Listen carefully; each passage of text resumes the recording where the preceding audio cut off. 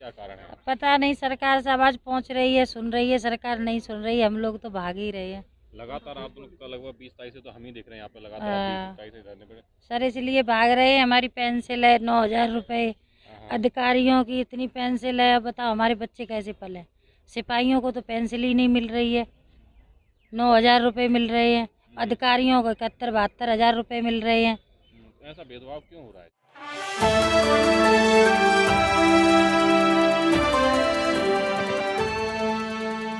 Cloud news इसलिए आए हैं कि हमारी पेंसिल बढ़ाई जाए, हमारे छोटे छोटे बच्चे पढ़ाई नहीं हो पा रही, हमारे बच्चे आगे भविष्य खराब हो रहा है।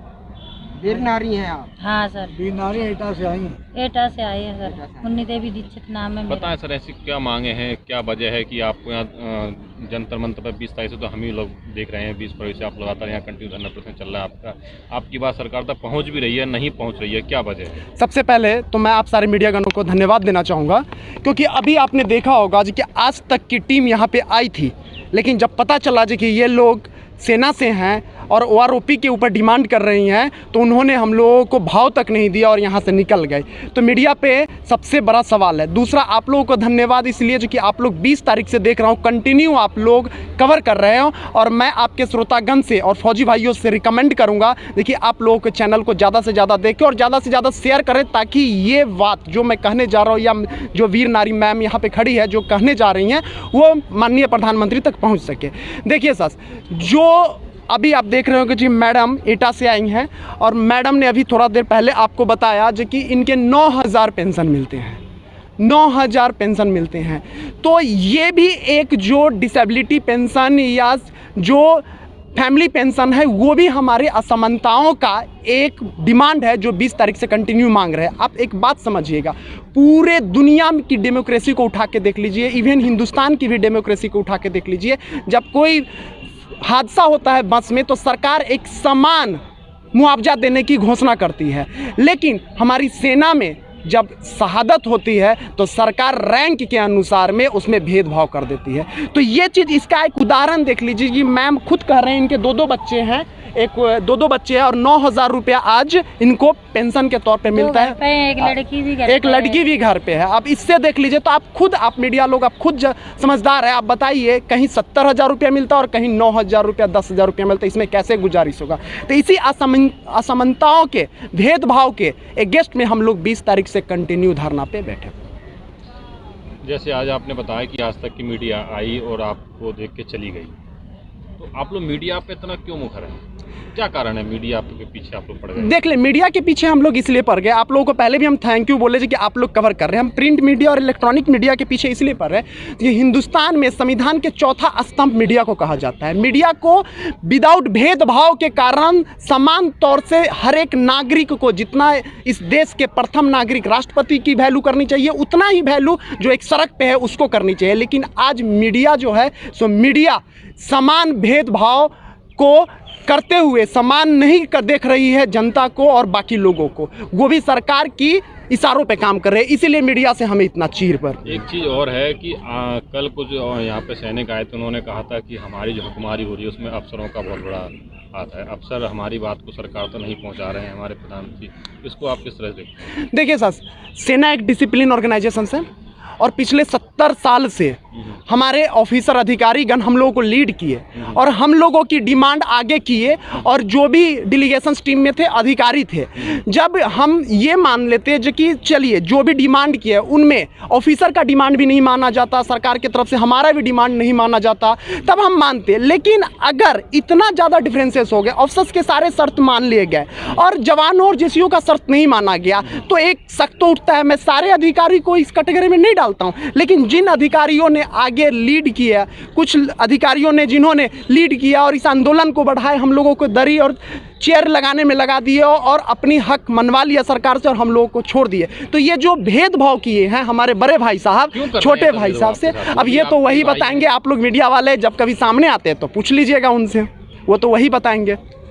इस चीज़ को हम कैसे, आपकी बात नहीं पहुंचा रहे हैं? सरकार तक अगर हमारी बात पहुंचाती तो शायद आज तक 75 साल में कभी देखे जो कि जवान और जेसीओ फ्रंट पे आके कभी कोई इस तरीके से आंदोलन किया। इस तरीके से देखिए आज वार वीडियो को आज वीर नारी को रोड पे उतरने पड़ रहा है। इससे ज़्यादा किसी देश की क्या दुर्दशा हो सकती है। जिस देश के शहादत पे, जिस देश की लाज रखने के लिए, जिस देश की मिट्टी पे हंसते हंसते लोग शहादत दे देते हैं, आज उनकी वीर नारी को रोड पे आके 20-22 दिन से आप लोगों का लगातार प्रोटेस्ट चल रहा है। क्या सरकार का कोई प्रतिनिधि आपसे अब तक बात नहीं, अभी तक तो कोई प्रतिनिधित्व नहीं हुआ। और मैं माननीय प्रधानमंत्री जी से कहूँगा, अभी हाथ जोड़ के रिक्वेस्ट करूँगा जी कि जवानों की जो फरियाद है उसको सुने। और मुझे आशा ही नहीं, पूर्ण विश्वास है जी कि माननीय प्रधानमंत्री जी जरूर हमारी बात सुनेंगे, उनकी डेलीगेशन टीम जरूर मिलेंगे। हो सकता है माननीय प्रधानमंत्री हमारी परीक्षा ले रहे हो, ये भी हो सकता है। तो इसीलिए माननीय प्रधानमंत्री पे, हम अपने देश के प्रधानमंत्री पे अभी भी हमें भरोसा है जी कि वो हमसे हमारी संज्ञान ले सकते हैं और लेंगे, आशा ही नहीं, पूर्ण विश्वास है। अगर आपकी मांगों को नहीं माना जाता है, जैसे किसान भी लंबे समय तक बैठे, किसान और जवान दोनों ही आज सड़कों पे हैं जी। आज मैंने देखा यहाँ पे किसान भी आंदोलन पे, महिलाएं सभी को। तो अगर आपकी मांगे नहीं माने तो आगे आपकी क्या रणनीति? देखिए, ये आगे क्या आंदोलन की रणनीति रूपरेखा, ये रूपरेखा जो हमारे बुजुर्ग बैठे हुए हैं वो लोग डिसाइड करेंगे। अब बाकी कुछ क्वेश्चन ले लीजिए मैम। सरकार से आप क्या मांग करना चाहेंगे? हम तो सरकार से यही मांग करना चाहेंगे, बस जो भेदभाव है ये खत्म कर दें, सब एक समान समझें। अच्छा। जो एसी में बैठे उन्हें भी समझें और जो लड़ाई लड़ रहे सीमा पर उन्हें भी समझें।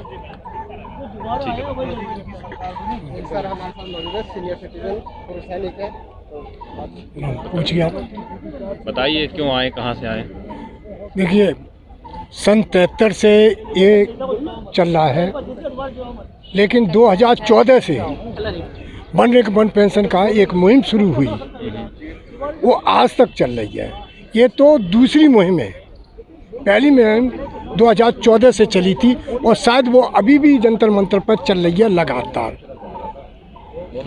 तो इसमें यह है कि अभी जो OROP 2 जो रिवीजन निकाला है उसमें इतनी विसंगतियां हैं। क्या विसंगतियां बताएं कुछ? एक आध विसंगति। हाँ, वो बताएंगे हम।